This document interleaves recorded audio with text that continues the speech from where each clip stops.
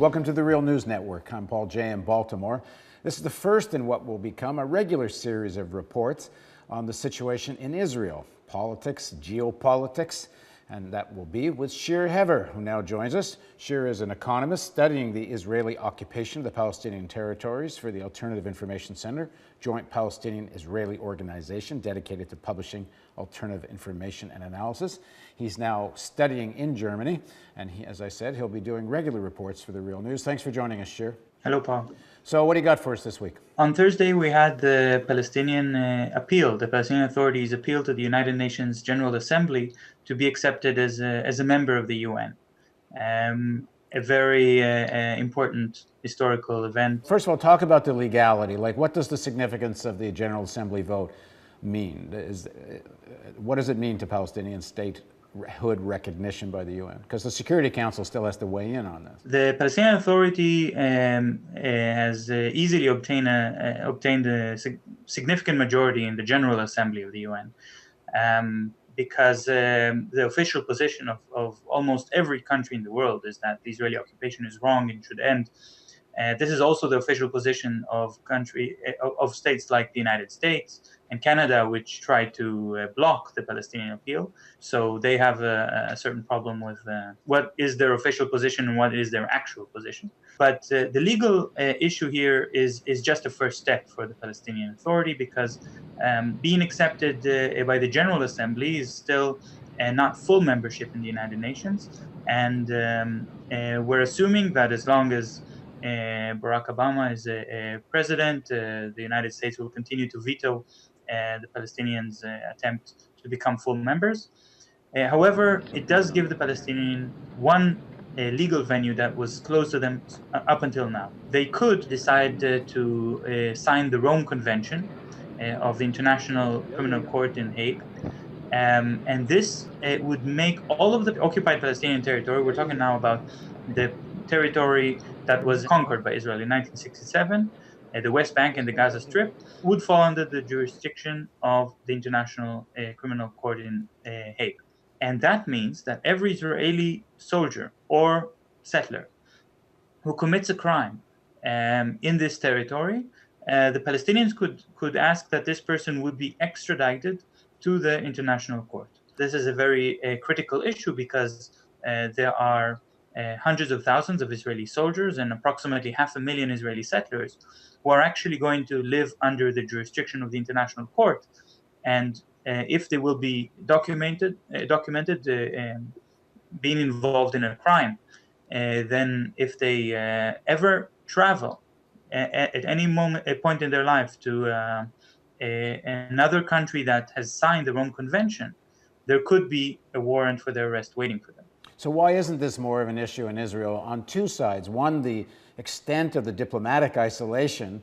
Even Germany abstained when people thought originally Germany would join Canada and the US to vote against this. They abstained. And the diplomatic isolation you would think would be somewhat of a story, and then the issue of the International Criminal Court. Why isn't this more an issue in Israel? Senior German officials said that Germany originally wanted to vote no in the General Assembly against the Palestinian appeal, but they have changed their mind. And he said, we've asked Israel time and again to stop illegal construction in the occupied territories, and Israel did not listen, and this is the result. At some point, it just doesn't make sense anymore, even for extremely pro-Israeli governments like the German government, to make these claims as if they support the two-state solution. And when it comes to the actual vote, to vote against everything they've said for the past 2 decades. I think abstaining is still quite hypocritical by the German government, but all other European governments, also with the exception of Britain, made it very clear that they support the Palestinian cause, and they don't act, at least in the area of the vote in the UN General Assembly, they haven't taken their hypocrisy to that level of the United States and Canada. But this isolation that you're talking about is something that has been a very important issue in the Israeli political sphere. And we've seen that especially after the attack on Gaza of 2008-2009, the cast-lead attack, which was an argument made at the time by Netanyahu before the elections of 2009. The current government is too soft, they're not punishing Gaza enough, while the more so-called leftist government that launched the attack on Gaza, headed by Ehud Olmert and Tzipi Livni and Ehud Barak, they argued that because of their better international connections, because they are perceived in the international community as more moderate, they have the ability to use more force against the Palestinians because the international community doesn't stop them. And so the attack against Gaza in 2008, 2009 was actually planned to last for 5 days.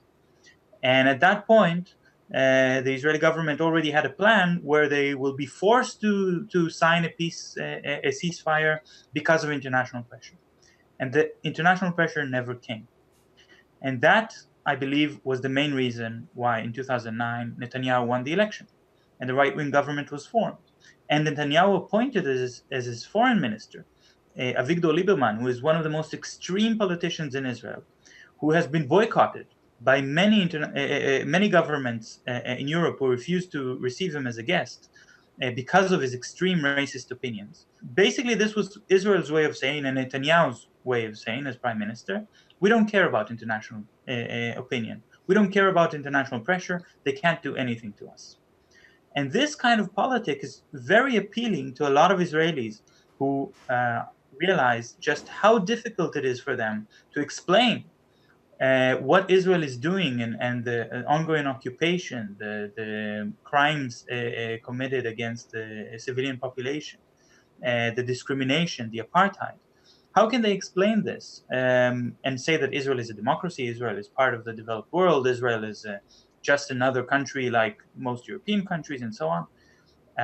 The only way that they could reconcile this kind of cognitive dissonance is by saying, actually, the rest of the world doesn't matter.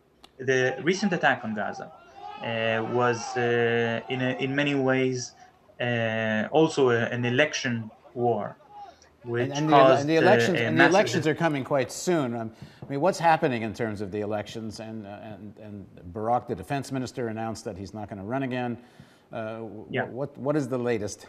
Barak, the Minister of Defense, who broke off from the Labour Party in order to be able to remain in Netanyahu's government when the Labour Party announced that they're preparing to leave the government, was involved in every attack on Gaza in the past 4 years, and he's one of the most violent leaders in Israel's history.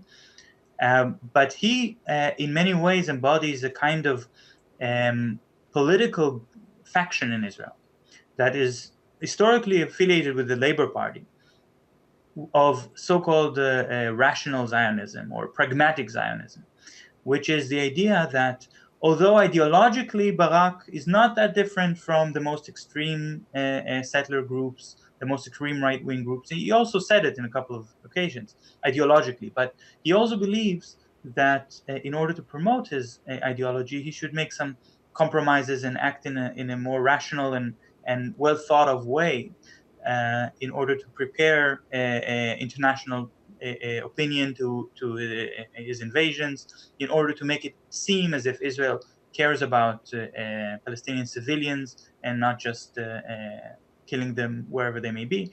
And in many ways, Barak has lost all popular support.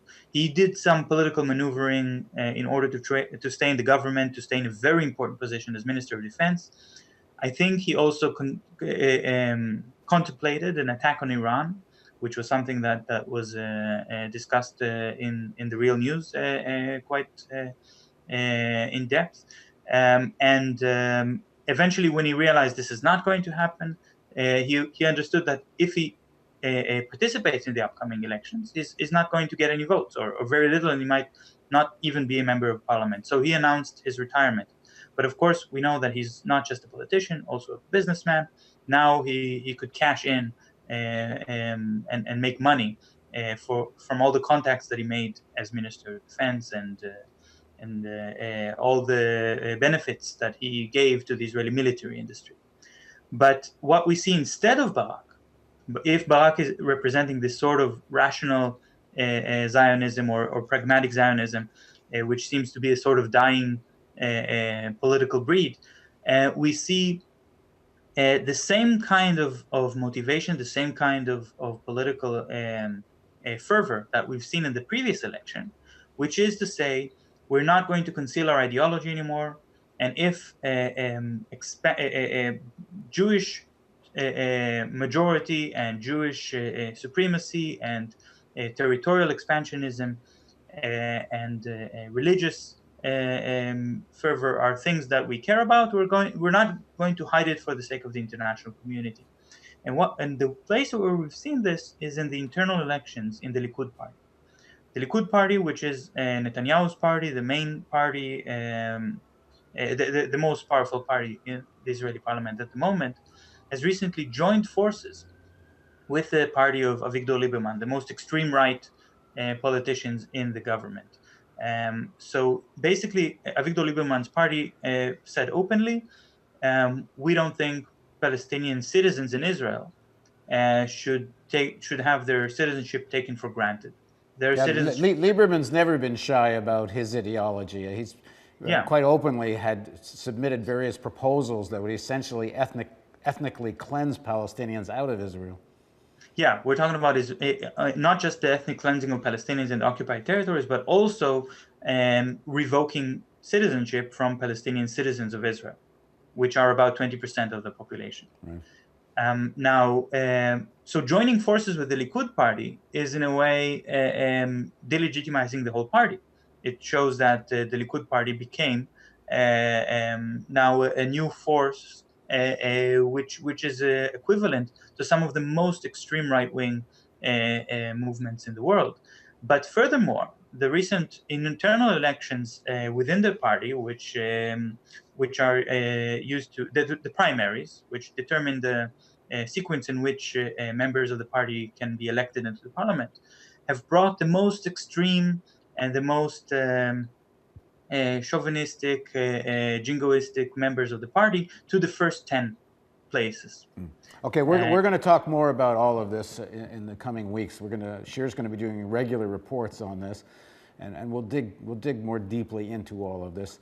But we're out of time now. Thanks very much for joining us, Shir.